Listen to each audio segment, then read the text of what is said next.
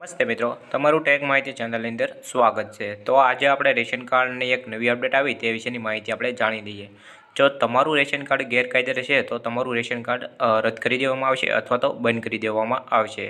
તો આ વિશેની સંપૂર્ણ માહિતી આપણે આ વિડીયોની અંદર જોવાના છે, તો વિડીયોને અંત સુધી જોતા રહેજો।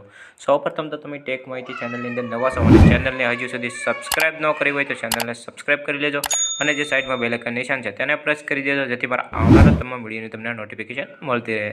તો ચાલો આપણે વિગતવાર માહિતી જાણી લઈએ। ભારતમાં રાષ્ટ્રીય ખાદ્ય સુરક્ષા અધિનિયમ હેઠળ ગરીબ લોકોને ખાદ્ય વિભાગ દ્વારા રેશન કાર્ડ જારી કરવામાં આવે છે। રેશન કાર્ડ દ્વારા ગરીબ અને જરૂરિયાતમંદ લોકોને સરકારી યોજનાઓનો લાભ મળી શકે છે। તેની મદદથી તેઓ મફત રાશન મેળવે છે અને તેમને જણાવી દઈએ કે રેશન કાર્ડમાં ફક્ત જરૂરિયાતમંદ લોકોને માટે જ બનાવવામાં આવ્યું છે।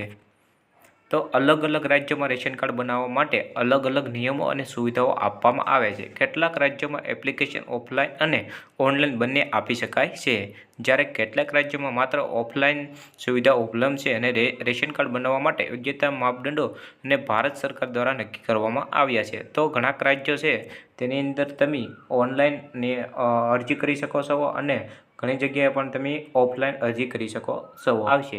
રેશન કાર્ડ મેળવવા માટે તમારે કેટલાક મહત્વપૂર્ણ પાત્રતા અને માપદંડો પૂર્ણ કરવા પડશે। તમને જણાવી દઈએ કે જો કોઈ વ્યક્તિ પાસે પ્લોટ ફ્લેટ અને ઘર સહિત 100 ચોરસ મીટરથી વધુ જમીન હોય તો તે લોકોને રેશન કાર્ડ માટે અરજી કરી શકતા નથી, ને જો કોઈની પાસે 4 વ્હીલ કાર અથવા ટ્રેક્ટર હોય તેઓ પણ તે રેશન કાર્ડ માટે અરજી કરી શકતા નથી। આ ઉપરાંત જે લોકોના ઘરમાં ફ્રીજ કે ઘરની અંદર એસી છે તેઓ પણ રેશન કાર્ડને માટે અરજી કરી શકતા નથી અને તેને પણ રેશન મળશે નહીં। આ સાથે જો પરિવારમાં કોઈ સરકારી નોકરી કરે છે તો તેને પણ રેશન કાર્ડ નથી મળી શકતું અને રેશન કાર્ડ મેળવવા માટે ગામમાં પરિવારની આવક 2 લાખ રૂપિયાથી ઓછી હોવી જોઈએ, ને જ્યારે તમે શહેરી વિસ્તારમાં રહેતા હોય તો શહેરમાં વાર્ષિક 3 લાખ રૂપિયાથી વધુ ન હોવી જોઈએ અથવા તો 3 લાખથી ઓછી આવક હોવી જોઈએ। જે કોઈ આવકવેરો ભરે છે તેને રેશન કાર્ડ મળવાપાત્ર નથી। આ સાથે જો કોઈની પાસે લાયસન્સવાળો હથિયારો હોય તો તેને પણ રેશન કાર્ડ મળવાપાત્ર નથી।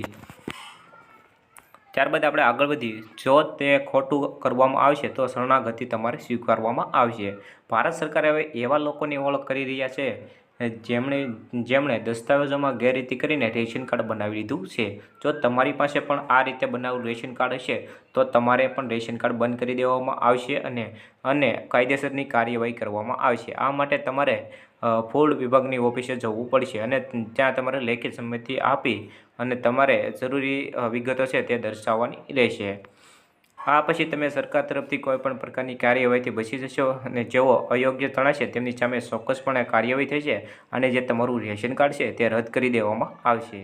તો આવી જ આવી નવી અપડેટ જાણવા માગતા હોય તો સૌપ્રથમ તો તમે ટેગ માહિતી ચેનલને સબસ્ક્રાઈબ કરી દેજો અને જે સાઈડમાં બેલ આઇકન નિશાન છે તેને પ્રેસ કરી દેજો, જેથી મારા આવનારા તમામ વિડીયોની અપડેટ તમને સૌપ્રથમ મળતી રહે।